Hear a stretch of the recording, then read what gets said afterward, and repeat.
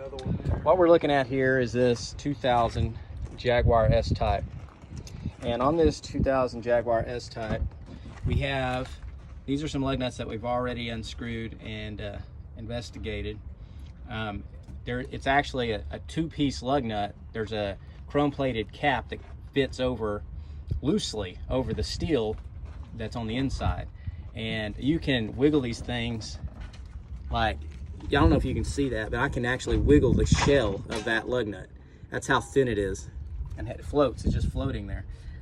So by mistake, I actually had the bigger socket on first. I had the 13/16 on first, and the let me see where I'm at here, right there. And this shell is so fragile, so weak, that it just completely reconfigured the shape of that lug nut. It made it round it attempted to grip it. It was a little bit too big, and so all it did was just made it round. So it just totally changed the shape. So there's the shape it's supposed to be, and there's the shape afterward. So that's what a static socket would do, and they call that swelling. But with ours, it grips. And these here, we gripped right here, and we're fixing to go to the other side. So we gripped on these, unscrewed them, and screwed them back in, and it didn't change the shape at all with the correct socket. But let's go over here and let Jake demonstrate this again. So it's a 3/4 inch. You can see this one's already rounded off. So someone had already tried to do this one, and it's right, or is it that one right there? So it looks more distorted than that one. Here. So we're gonna try to grab it. It barely wants to go on it, but it unscrews it. It's probably helped reconfigure that shape a little bit, yeah, by gripping it. Yeah, it did. You can see a flat. Take it all the way off and let's look at what we did here.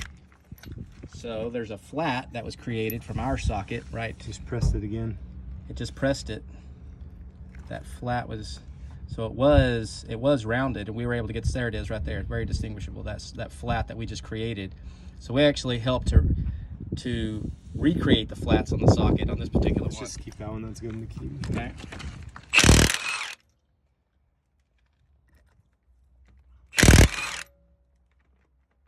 So it's definitely gripped it there. I'm just gonna wiggle it a little bit to see if it'll release it, and it does.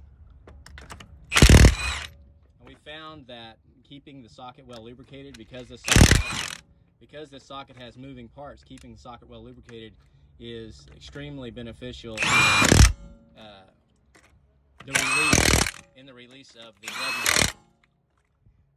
It does not want to stick after you screw them on. It's coming right off of that. So you can see I'm giving it a little bit extra.